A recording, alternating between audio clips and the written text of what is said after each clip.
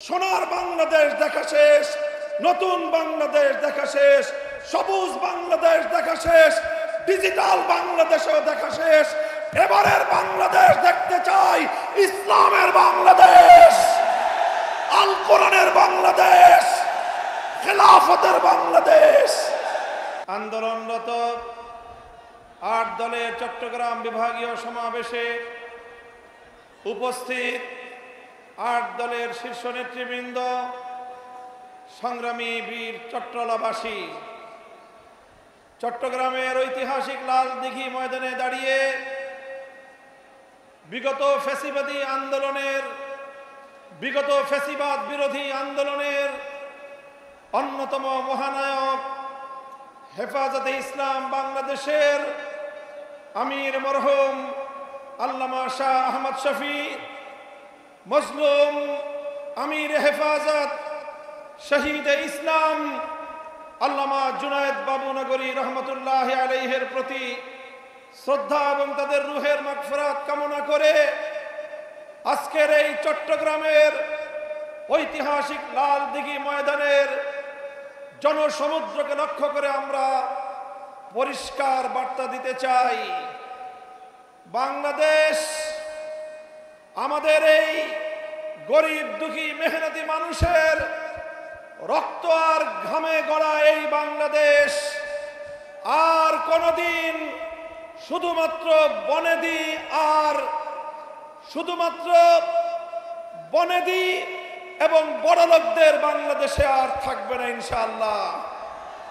বাংলাদেশ গরিব প্রজা সাধারণদের বাংলাদেশে পরিণত করবার জন্য যে আন্দোলন, যে সংগ্রাম শুরু হয়েছে, ইনশাআল্লাহ এই সংগ্রাম মঞ্জিল পর্যন্ত পৌঁছবে। আমরা পরিষ্কার ভাষায় বলেছি, বড় বড় রাজনৈতিক দলগুলোর পক্ষ থেকে অনেক অফার দেওয়া হয়েছে।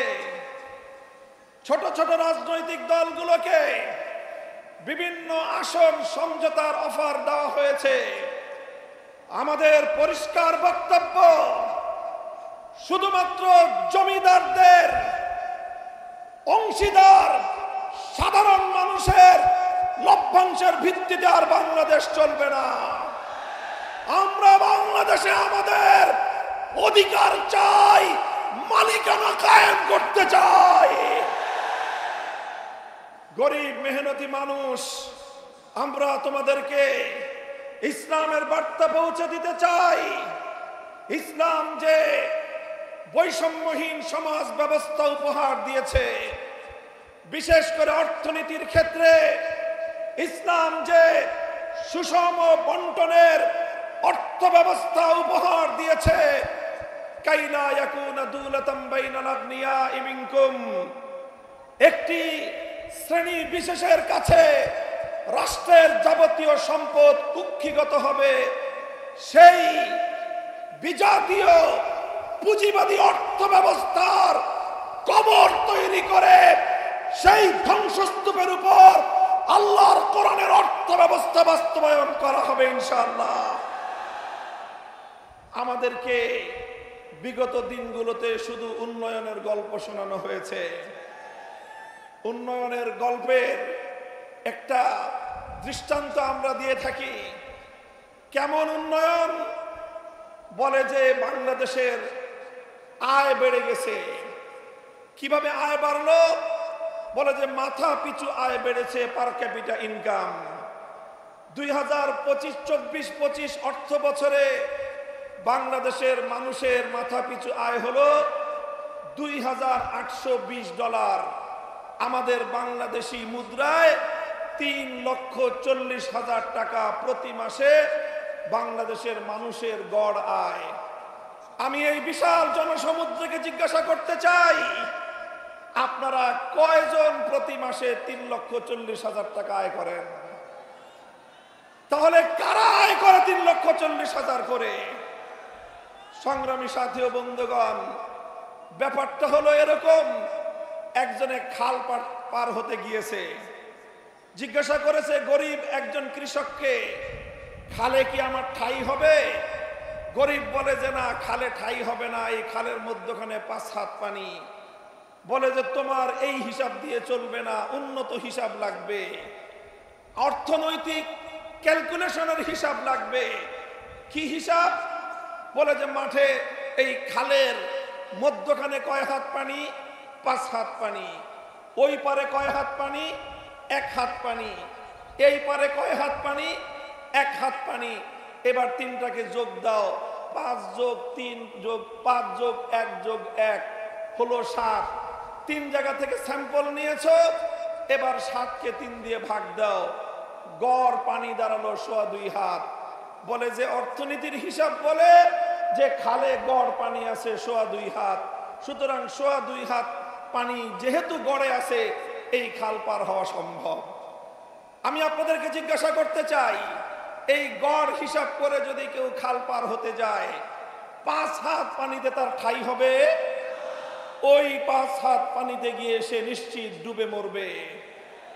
আমাদেরকে উন্নয়নের গল্প শোনায়, বাংলাদেশ থেকে লক্ষ লক্ষ কোটি টাকা দুর্নীতি করে দুর্নীতিবাজদের আকাশচুম্বী আয়, সাধারণ মানুষের নাভিশ্বাস ওঠা, দারিদ্র সীমার নিচে বসবাস করা সেই জনতার আয়ের সঙ্গে গড় হিসাব করে পার ক্যাপিটা ইনকাম দিয়ে, মাথা পিছু আয় দিয়ে বাংলার মানুষকে বারবার ধোঁকা দেওয়া হয়েছে, প্রতারণা করা হয়েছে।